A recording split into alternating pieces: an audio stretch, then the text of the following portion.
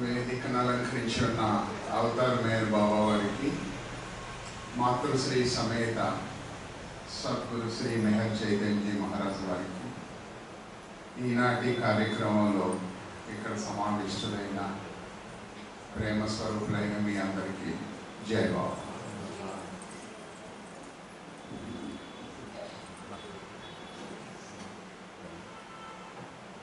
గురుదేవులు ఉన్నప్పుడు తెలియచేస్తూ ఉండేవారు, మీరు బాబావారి దగ్గరికి వచ్చి, గురుదేవుల దగ్గరికి వచ్చి సేవ చేసుకుంటున్నాము, మేమెంతో బాబావారిని ప్రేమించుకుంటున్నాము, సద్గురుదేవుని ప్రేమిస్తున్నాము అని సంబరపడిపోతున్నారు మీరు. కానీ మీ తర్వాత జనరేషన్ వస్తుంది, వాళ్ళు ఎంత ఫాస్ట్గా ఉంటారంటే అసలు మీకేమీ తెలీదు అన్న విషయాన్ని మీకు తెలిసే విధంగా వాళ్ళు వ్యక్తీకరిస్తారు అని తెలియజేశారు. పెద్దాడలో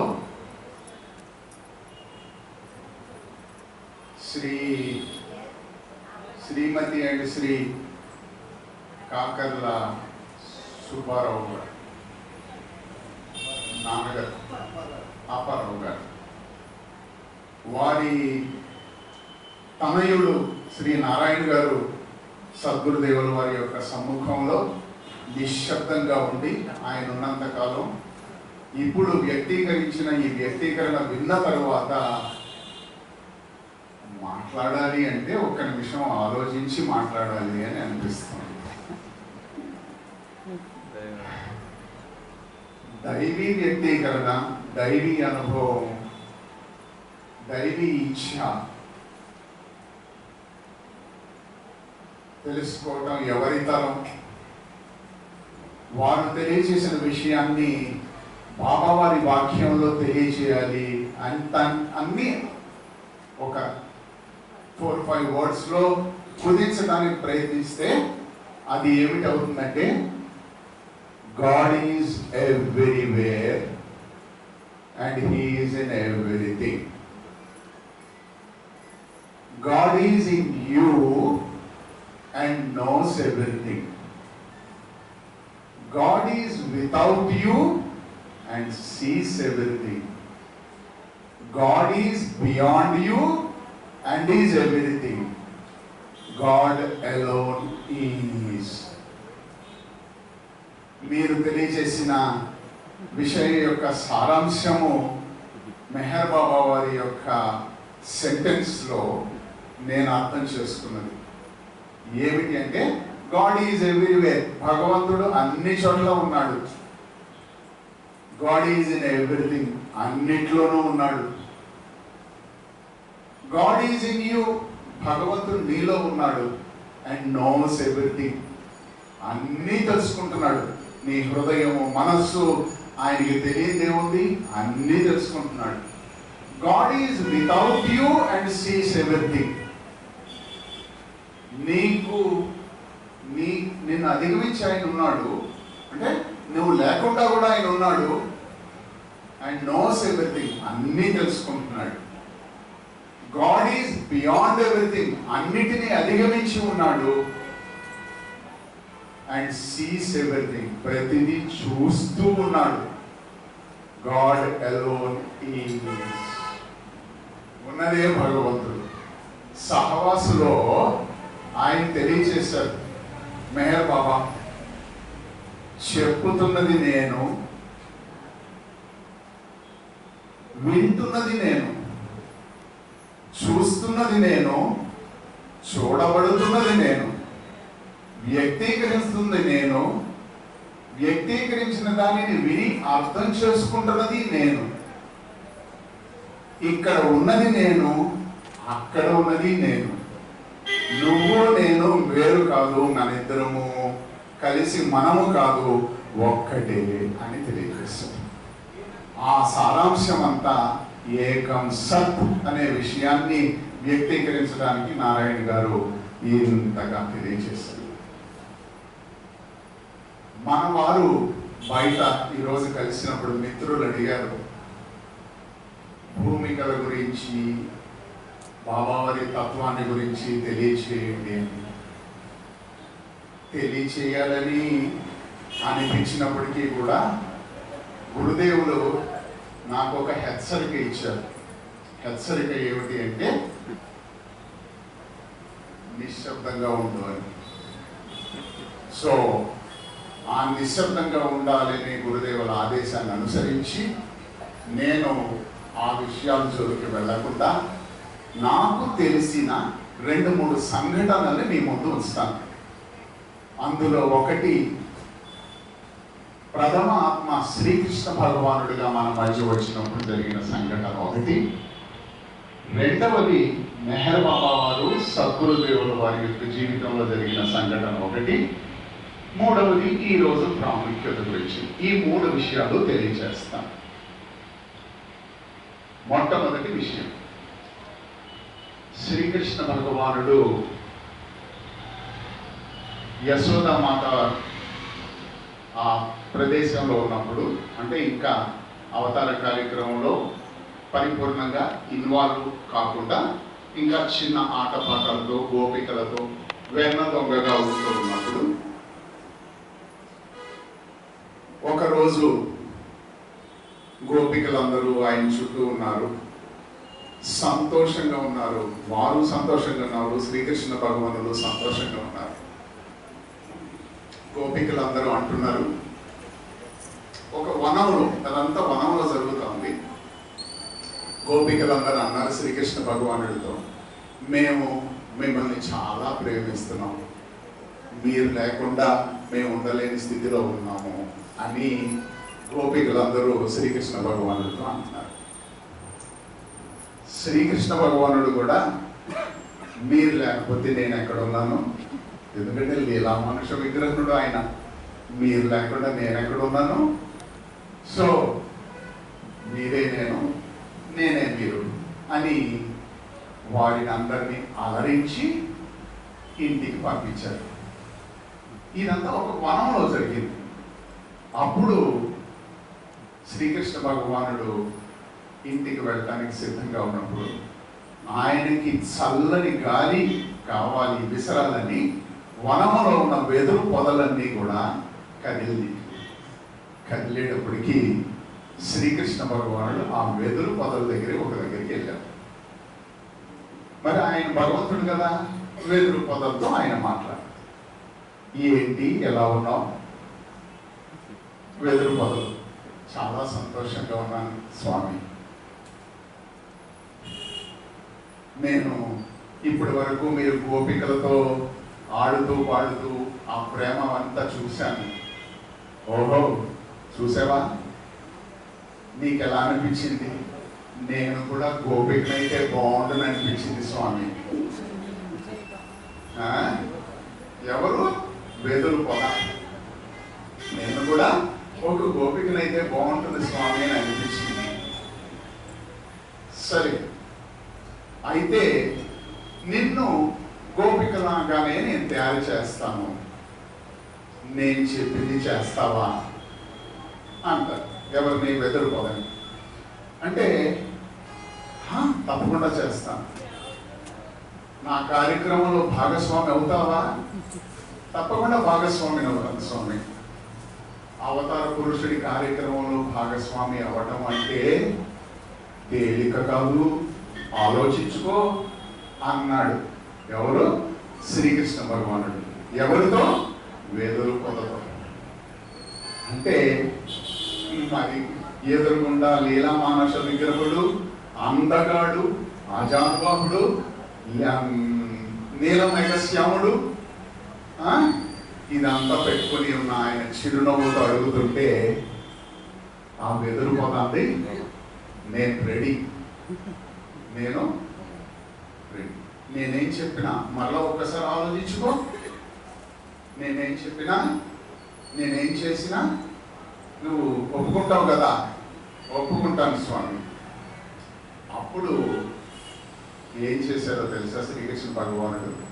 ఆ వెదురు పొదని మొదలంతా బయటికి లాగేశారు.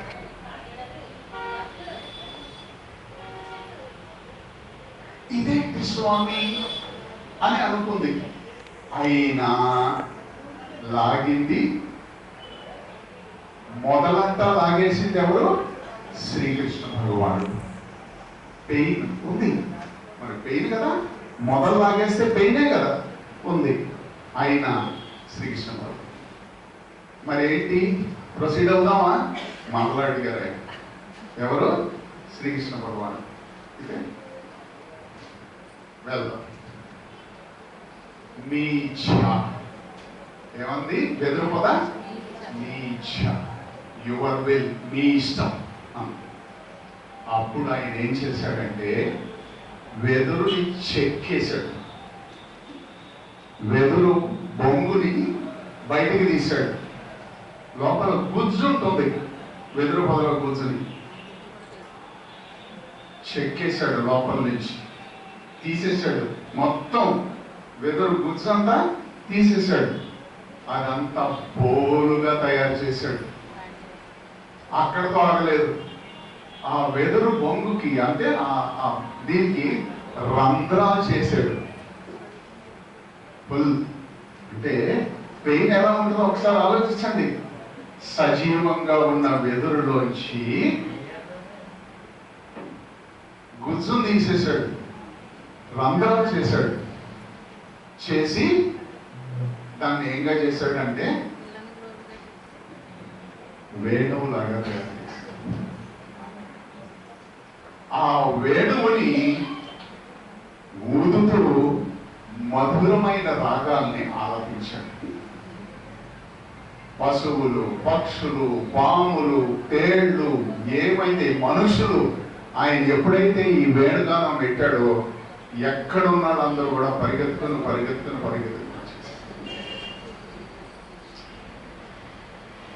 అప్పుడు ఇక ఈ వేణువు ఆయనతో భాగస్వామి అయిపోయింది. ఆయన ఎక్కడికి వెళ్తే ఆయన వేణువుని అలాగే తీసుకెళ్ళిపోతున్నాడు. నిద్రలో కూడా పక్కనే పెట్టుకుంటున్నాడు. సో గోపికలకి శ్రీకృష్ణ భగవానుడైన శ్రీకృష్ణ భగవానుడి పట్టమహిషి అయిన రుక్మిణీదేవి వారికి అసూయ కలిగింది. అంతే కదా, మనలో ఒకరిని ఎవరైనా కొంచెం దగ్గరికి తీసుకుంటున్నారంటే మిగిలిన వాళ్ళకి ఆటోమేటిక్గా అగ్ని ప్రజ్వరిల్లుతుంది. సో అలాగే అగ్ని ప్రజ్వరిల్లింది వాళ్ళ. అప్పుడు ఏం జరిగింది, వాళ్ళు వెళ్ళి శ్రీకృష్ణ భగవాన్ అడిగారు, మేమంతా నిన్ను ప్రేమిస్తూ ఉంటుంటే నువ్వెప్పుడు ఆ వేణువును పక్కన పెట్టుకొని తిరుగుతున్నావు, దానికి ఎక్కువ ప్రాముఖ్యతను ఇస్తున్నావు, ఎందుకని అని అడిగితే సమాధానం నేనెందుకు ఇవ్వాలి, ఈ వేణువు ఇస్తుంది అని వేణువుని చెప్పమన్నాడు. అప్పుడు వేణువు ఆన్సర్ ఇచ్చింది. ఏమి ఆన్సర్ ఇచ్చిందంటే, నేను అనుకున్నాను నా మొదలంతా పీకేసినప్పుడు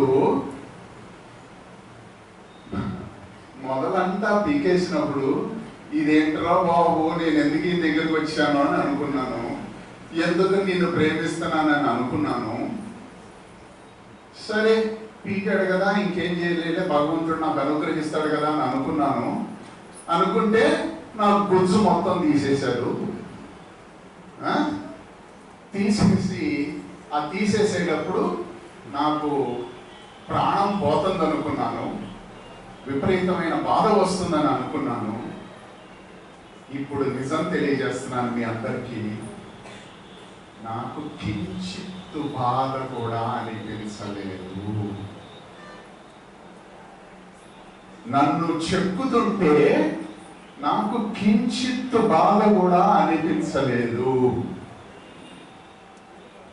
ఆయన చెక్కుతూ ఉంటే, గుజ్జు తీసేస్తూ ఉంటే నా శరీరం అంతా కూడా ఎంతో తేలికైపోయిన అనుభవం నేను ఫీల్ అయ్యాను. ఫీల్ అయిన తర్వాత ఎప్పుడైతే వేణుగానంతో ఆయన పెదవిని నన్ను తాకాను, అంటే ఆయన పెదవిని నేను తాకానో నాకు జ్ఞానోదయం అయ్యింది. ఏమిటి నాకైన జ్ఞానోదయము? ఆ వేణువు తెలియచేసింది. నేను శ్రీకృష్ణుడిని ప్రేమించడం ముఖ్యము కాదు, శ్రీకృష్ణుడు నన్ను ప్రేమించాలి. నేను శ్రీకృష్ణుడిని ప్రేమించడం ముఖ్యం కాదు, శ్రీకృష్ణుడే నన్ను ప్రేమించాలి. దానికి అర్హత ఏంటి అని నేను ఆలోచిస్తే నాకు తట్టింది. ఏమిటి నాకు తట్టిన ఆలోచన? నేను చేసే పనికి నువ్వు సిద్ధమా అని ఆయన అడిగినప్పుడు నేనేమన్నాను? నీ ఇచ్ఛయే జరుగుగాక, నీ ఇచ్ఛయే జరుగుగాక, నీ ఇచ్ఛయే జరుగుగాక అని అన్నాను. ఎప్పుడైతే ఆ మాట ఆయనతో అన్నానో, నన్ను తీసేసినప్పటికీ కూడా, గుజ్జు కానీ అవన్నీ తీసేసినప్పటికీ కూడా ఎలాంటి బాధ అనిపించలేదు. నేను బాధపడతానని అనుకున్నాను, కానీ నాకు తెలియబడిన సత్యం ఏంటంటే నేను బాధపడలేదు. అలా తీసేస్తున్నప్పుడు నా తరపున బాధ శ్రీకృష్ణ భగవానుడు అనుభవించాడు. నా తరపున బాధ ఆ శ్రీకృష్ణ భగవానుడు అనుభవించాడు. అన్నిటికన్నా ముఖ్యమైన జ్ఞానం నాకు ఎప్పుడు తెలిసిందంటే, ఆయన అవతార కార్యక్రమానికి వేణువునైన నన్ను ఆలంబనగా చేసుకున్నారు. వేణువునైన నన్ను ఆయన అవతార కార్యక్రమానికి ఆలంబనగా చేసుకున్నారు. ఇది సంఘటన. ఈ సంఘటనకి అప్పటి నుంచి ఇప్పటి వరకు ఎప్పటివాడు కృష్ణుడు. ఇప్పటి వరకు కృష్ణుడి చేతిలో వేణువు లేకుండా మనం చూస్తున్నామా? వేణుగానం లేకుండా మన వారు ఇప్పుడు ఎవరో వచ్చారు, వేణుగానాన్ని వినిపించబోతున్నారు. ఐఎమ్ షూర్ వారు ఇప్పుడు వినిపిస్తారు. ఆ వేణుగానంలోని మాధుర్యము ఎంత బాగుంటుందో అనేది ఒక్కసారి అర్థం చేసుకుంటే, మనం అర్థం చేసుకోవాల్సిన విషయం ఏమిటంటే, ఇంతకాలం మెహర్ బాబా వారి దగ్గరికి వస్తున్నాను, ఇంతకాలం ఆయన పనులు చేస్తున్నాను, ఇంతకాలం ఆయన్ని వదలకుండా ఉంటున్నాను, నాకు ఇన్ని కష్టాలు వస్తున్నాయి ఏంటి, నాకు ఇన్ని నష్టాలు వస్తున్నాయి ఏంటి, నాకు ఇన్ని బాధలు కలుగుతున్నాయి ఏంటి అని మీకు అనిపించవచ్చు. మీరు నేర్చుకోవలసిన పాఠం ఒక్కటే, all is thine, I am thine, thy will be done, thy will be done, thy will be done. అంతా నీదే, నేను నీ వాడిని లేక నేను నీ దానిని, నీ ఇచ్ఛయే జరుగుగాక, నీ ఇచ్ఛయే జరుగుగాక, నీ ఇచ్ఛయే జరుగుగాక అని నువ్వు ఎప్పుడైతే సర్వసమర్పణ అవ్వగలిగే సంసిద్ధతను వ్యక్తీకరిస్తావో అప్పుడు అద్భుతం జరుగుతుందట. బాధ అనుభవించేది నువ్వు కాదు, నీలో ఉన్న మెహర్ బాబా. ఆనందాన్ని అనుభవించేది నువ్వు కాదు, నీలో ఉన్న మెహర్ బాబా. గమ్యము చేరేది నువ్వు కాదు, నీలో ఉన్న మెహర్ బాబా. అంటే అర్థం ఏంటి? నీకు మెహర్ బాబాకి ఏమీ తేడా లేదు. నువ్వే మెహర్ బాబా. నీ కంటికి కన్ను మెహర్ బాబా, నీ చెవికి వినికిడి మెహర్ బాబా, నీ నోటికి వ్యక్తీకరణ మెహర్ బాబా, నీవు అడుగు వేస్తే మెహర్ బాబా, అడుగు తీస్తే మెహర్ బాబా. నీ జీవితం అంతా మెహరుమయం, అంతా మెహరుమయం. మెహర్ ఇన్సైట్స్ లో ఈ పాట వినుంటారు, అంతా మెహరుమయం. ఇది సంఘటన ఒకటి. రెండవ సంఘటన,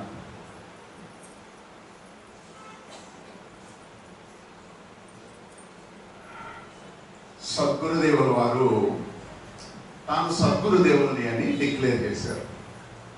డిక్లేర్ చేసి ఆయన కార్యక్రమాన్ని నిర్వహిస్తూ ఉన్నారు. సద్గురుదేవుల వారి యొక్క సమ్ముఖంలో మెహర్ చైతన్య నికేతన్లో సద్గురుదేవుల వారి దగ్గర ఒక వ్యక్తి పనిచేస్తున్నారు. పేరు అవసరం లేదు, అనుభవమే అవసరం కనుక అనుభవాన్ని తెలియజేస్తారు. వారు సద్గురుదేవుల వారు అంటే చాలా ఇష్టం, ప్రేమ. అయితే మానవ మాత్రుడే కదా. ఎక్కడో ఆయనకి ఒకరోజు డౌట్ వచ్చింది. సద్గురుదేవుల వారు సాధారణంగా మధ్యాహ్నం 12 గంటల తర్వాత అక్కడ ఆయన ఆఫీస్ రూమ్లో ఆయన కార్యక్రమం పూర్తి చేసుకుని భోజనానికి వేరొక రూమ్ ఉంటుంది, ఉండే ప్లేస్ నుంచి ఆ రూమ్కి వెళ్తూ ఉన్నారు. వెళ్తూ ఉన్నప్పుడు ఈయన సద్గురుదేవుల వారి యొక్క ఆఫీస్ రూమ్ దగ్గరలో కూర్చొని ఏదో పని చేసుకుంటున్నారు. సద్గురుదేవుల వారు నడిచి వెళ్తున్నారు. సద్గురుదేవుల వారు అటు చూస్తున్నారు, అంటే అటు వెళ్ళిపోతున్నారు. ఈ వ్యక్తి ఇటు ఉన్నాడు. అంటే సద్గురుదేవుల వారు అసలు ఇతన్ని చూస్తారు.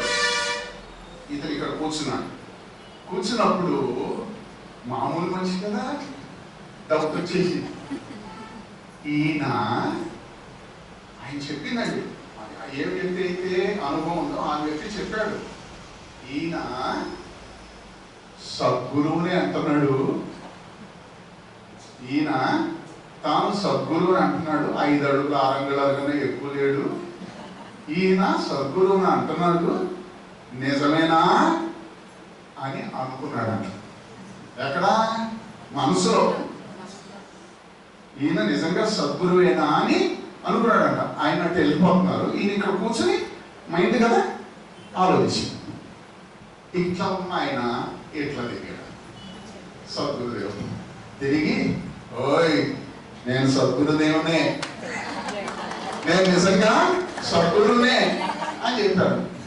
చెప్పేసి మళ్ళీ తిరిగి వెళ్ళిపోయాడు. అంటే అర్థం ఏంటి?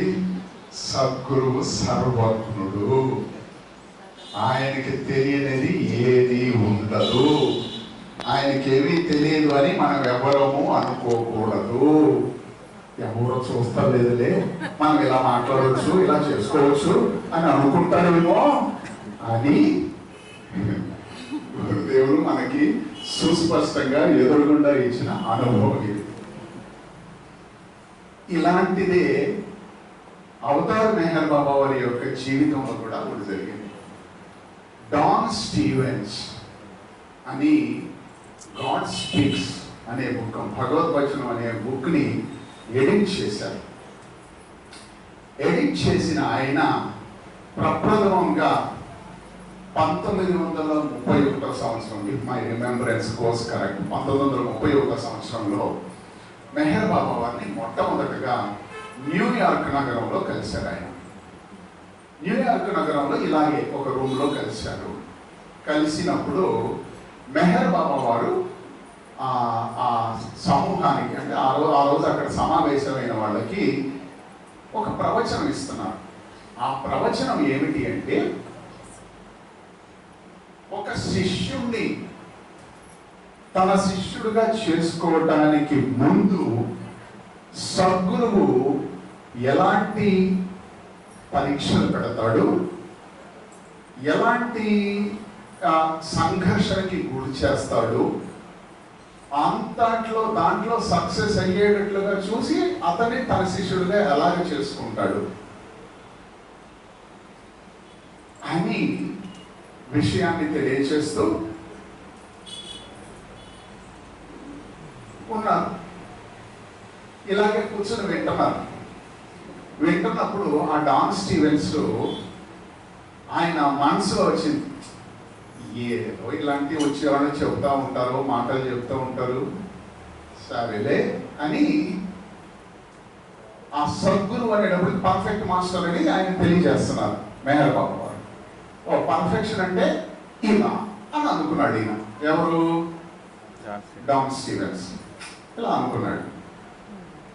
మెహర్ బాబా ఇటున్నారు, ఈయనేమో ఒక మూల ఉన్నాడు. మెహర్ బాబా అటు నుంచి ఈయన వెంబడి తిరిగి ఇలా చూపించాడు. సరే,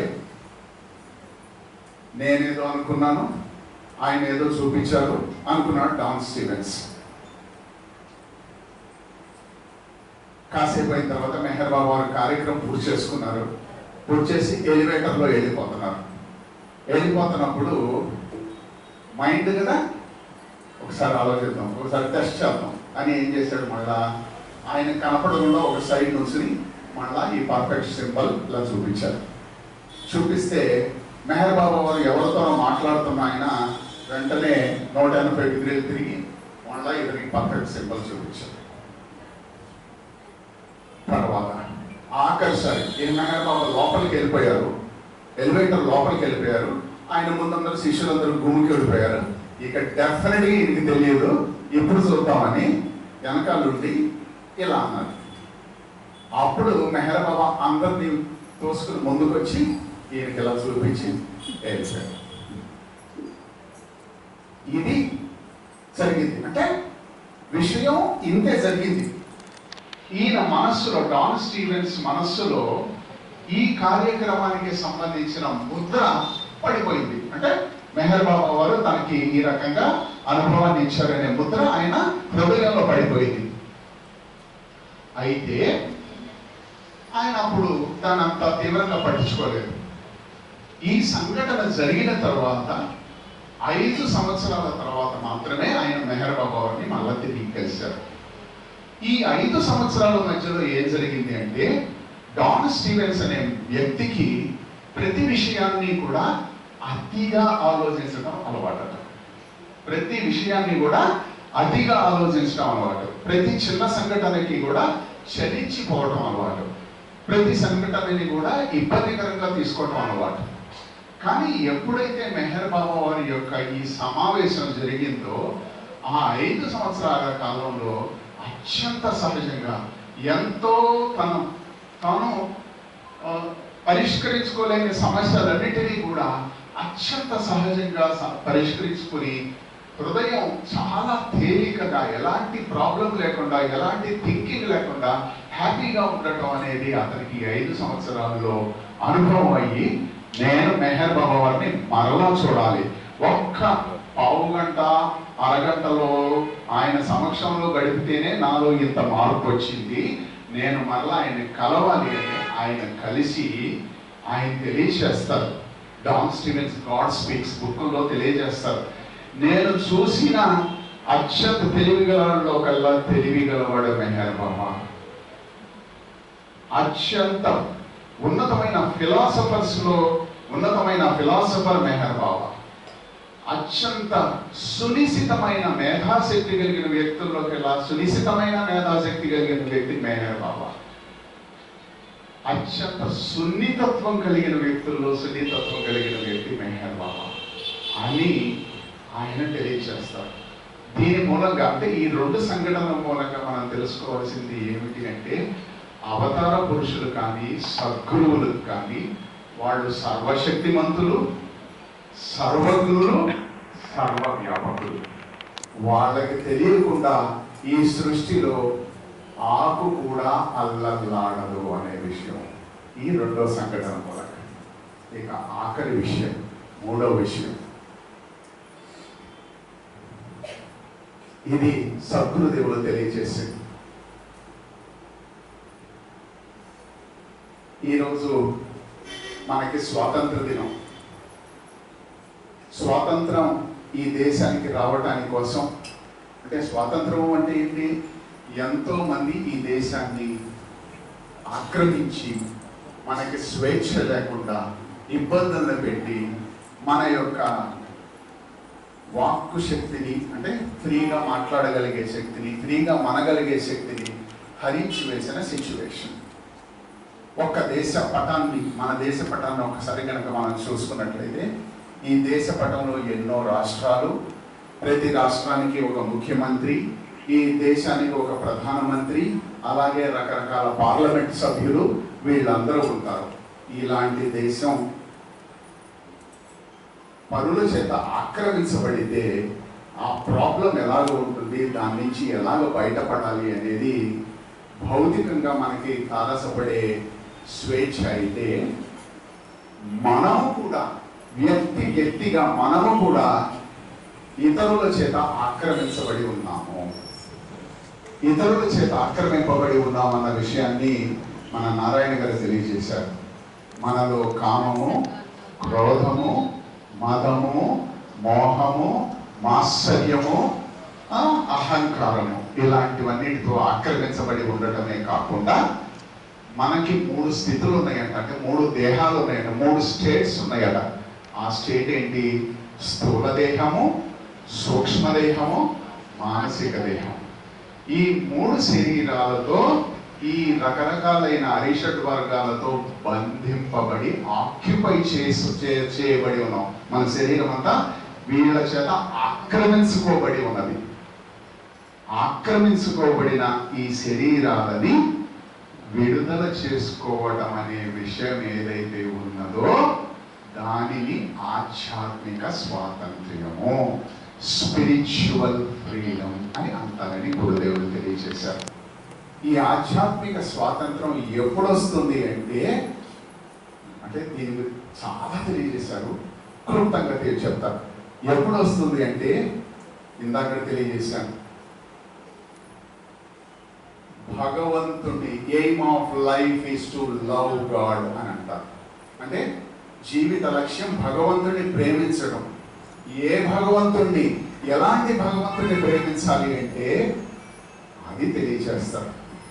దట్ గాడ్ ఆ భగవంతుడి who can give you self knowledge, నీకు ఆత్మ జ్ఞానాన్ని ఇవ్వగలిగే భగవంతుడు ఎవరైతే ఉన్నారో ఆ భగవంతుడిని నీవు సేవించాలి. అప్పుడు తెలియజేశారు గురుదేవుడు 4 words: serve, love, meditate, realize. Serve, love, meditate, realize. సేవ చేస్తే అంటే నలుగురిలో కలిసి ఒక్కడివైతేనే రెండవ విషయం నీకు వస్తుంది.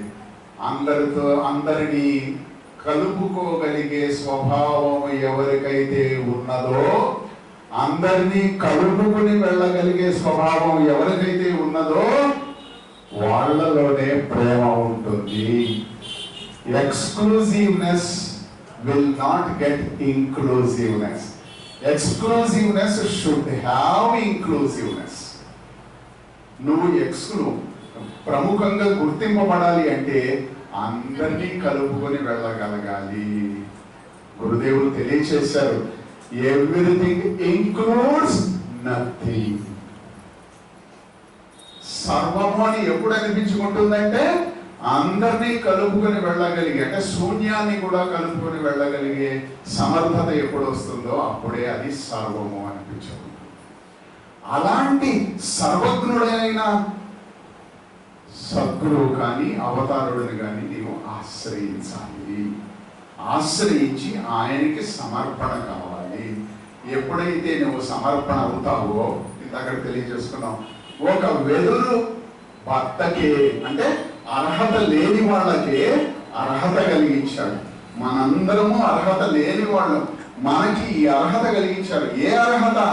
ఆయన దగ్గరికి చేరగలిగే అర్హత, ఆయన పేరు వినగలిగే అర్హత, ఆయన సమక్షంలో ఉండగలిగే అర్హత, ఆయనని నామస్మరణ చేయగలిగే అర్హత, ఆయన ధ్యానం చేయగలిగే అర్హత, ఆయన ప్రేమలో మౌనంగా ఉండగలిగే అర్హత కలిగించే కార్యక్రమము ఈనాడు పెద్దాడలో జరుగుతుంది.